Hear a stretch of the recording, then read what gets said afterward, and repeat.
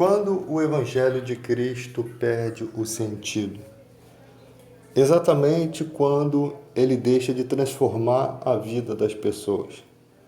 Há muita gente que já não se deixa mais transformar pelo Evangelho. Ela já não sente mais a presença de Deus. Ela já não consegue mais dar tempo a Deus. Ela já não consegue mais se dedicar a ouvir a palavra, a cantar um louvor, a fechar os seus olhos e elevar o seu pensamento a Deus. Ela deixou com que o mundo tomasse conta de sua vida.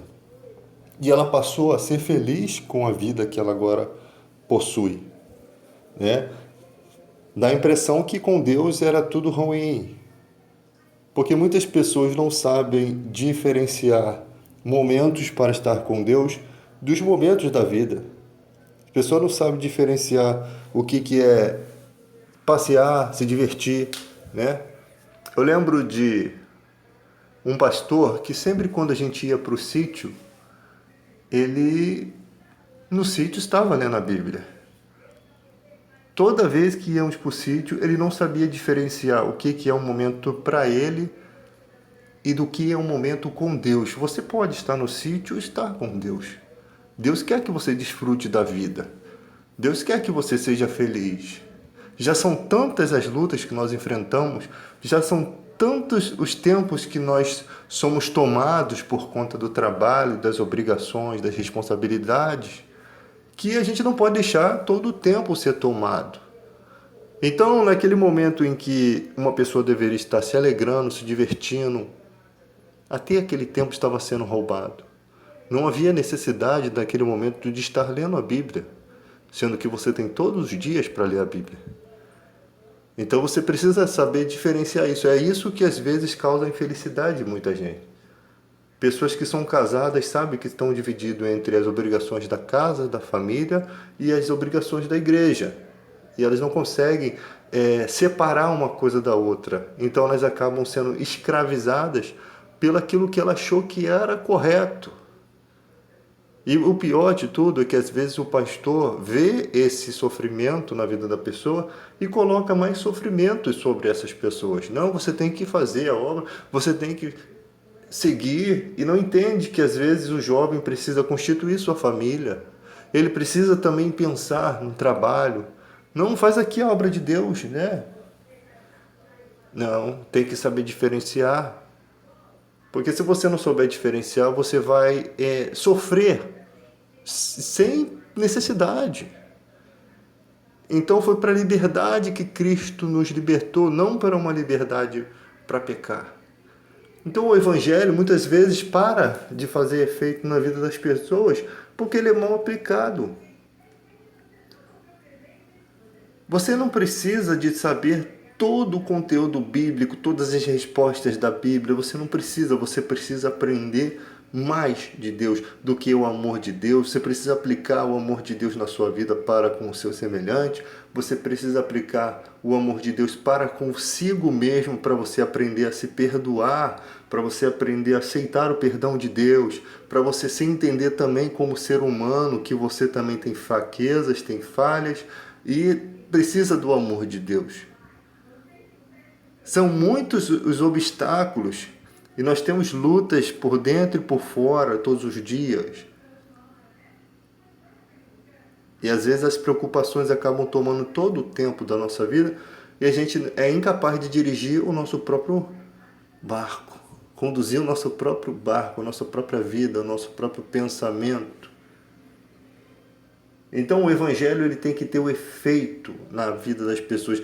Não é você olhar e observar o que você pode falar para alegrar aquela pessoa. Não, você tem que observar o que uma igreja necessita, o que as pessoas estão necessitando hoje em dia. Você vê um monte de gente querendo pegar em armas. Você imagina? Se nem quando os cristãos estavam sendo perseguidos, eles podiam pegar as armas romanas. Eles podiam matar Paulo. Eles podiam, não fizeram. Porque o nosso Evangelho, a Bíblia diz, é em paz que se semeia o fruto da justiça aos que promovem a paz. Então, também diz, vamos fugir da aparência do mal, temos que fugir da aparência do mal. Tem coisas que você tem dúvida, nem encoste a mão, você não tem certeza sobre as suas ações, sobre as consequências daquilo, então não é de fé, e o que não provém de fé é pecado. Tome cuidado. Esse ano eu fiquei muito surpreso com muitos cristãos, né? Primeiro porque deram posse a um presidente que é nitidamente, escancaradamente apoiador de torturadores da ditadura. Isso é inadmissível. Eu nunca misturei política com religião, mas nesse momento não tem como, porque a Bíblia diz: redargue, repreende, corrige, porque haverá tempos em que não ouvirão mais a palavra. Então tem que corrigir, tem que acertar. Como que vocês veem uma figura que exalta torturadores, aí você não se dá nenhum trabalho, né? Porque o que aconteceu nessa situação? As pessoas que viveram na época de João Goulart, do presidente João Goulart, elas foram esquecidas, a luta delas foi esquecida. Os mesmos males que atormentavam aquelas pessoas, Cuba, Venezuela, comunismo, estão ressurgindo no ano de 2019. Só que agora nós temos ferramentas para consulta, nós temos ferramenta para estudo. As pessoas nem se dão o trabalho de ver um vídeo. Elas só estão se preocupadas em dar as respostas que elas acham que é a verdade do coração delas.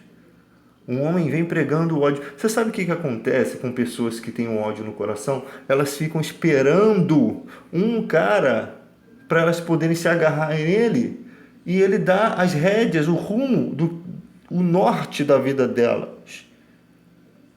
E vocês não entendem isso. A fala de um presidente da República pode causar um domingo sangrento, pode causar uma coisa terrível nesse país.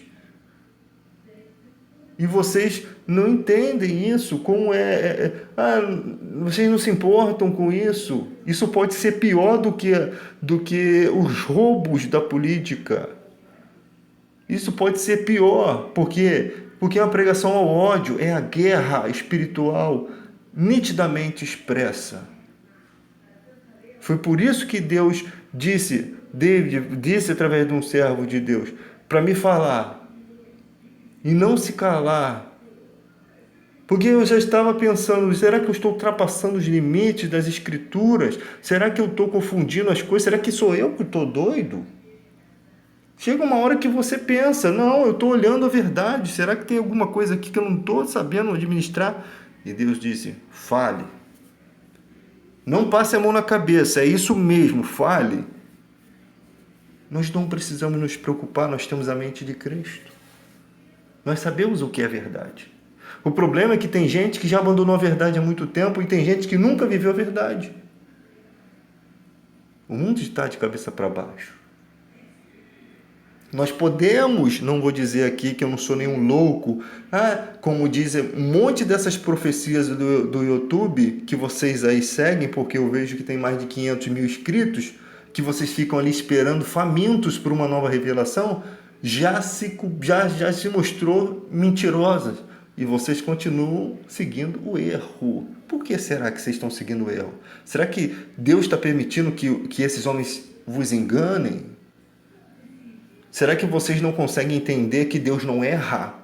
Que Deus não precisa de adivinhadores? Que Deus acerta em todas as suas profecias e os seus profetas falam da parte de Deus? Nenhuma profecia é de particular elucidação. Homens santos falaram da parte de Deus. Então, quando o homem diz, Deus me revelou, é um peso muito grande. Por quê? Porque é a palavra de Deus. E se não foi Deus que revelou, foi o diabo. É o diabo que tem o interesse em vocês ficarem seguindo falsos profetas. Então aí, continuem inscritos nos canais, esperando uma nova profecia. Vocês vão ser conduzidos ao inferno, porque o cego guiando o cego, ambos caem no buraco. Homens de Deus têm zelo, eles respeitam aquilo que é verdade. Não importa, Paulo ele mostra muito bem isso. Se eu, ou até um anjo vier do céu pregar um evangelho diferente, considere maldito. Paulo ainda estava levando em consideração o fato dele poder futuramente enlouquecer ou se perder. E ele estava indo além. Se até um ser espiritual Até um milagre de um anjo aparecer pregando o teu evangelho não considere como verdadeiro. Mas vocês estão considerando. Vocês não seguem nenhuma das recomendações de Paulo. Se seguissem, se vocês tivessem mesmo a fé de Abraão, se vocês realmente estivessem vivendo a fé de Paulo, ninguém seguiria Bispo Macedo, ninguém seguiria Valdomiro, ninguém seguiria Agenor Duque e um monte desses bobos da corte aí do evangelho.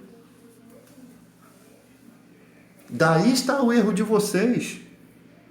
Vocês estão seguindo pessoas que fazem o que querem e bem entendem do evangelho.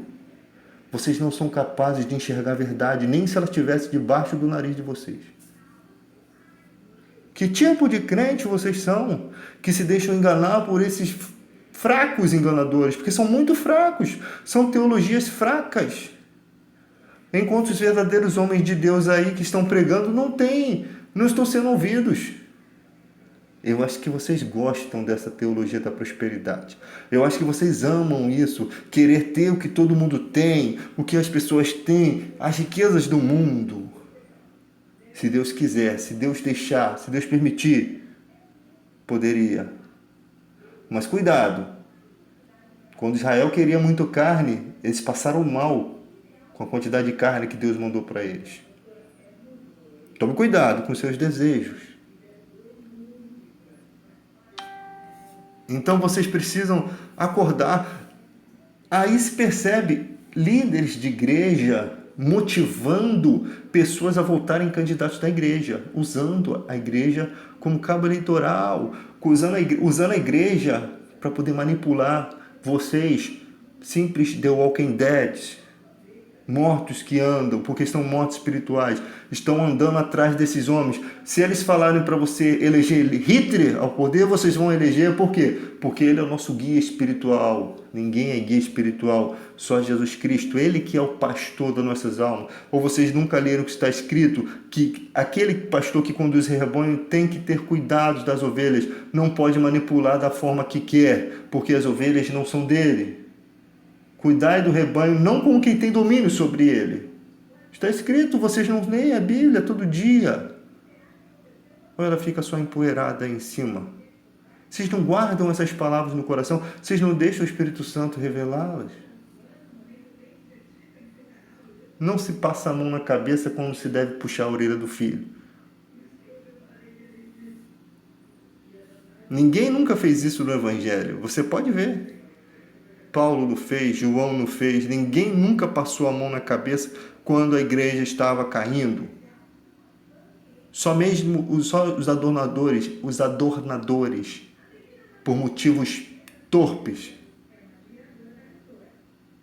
Mas eu prefiro ficar com a palavra de Paulo. A minha pregação não vem de linguagem persuasiva, também não vem de bajulação. Tem crente que adora ser bajulado.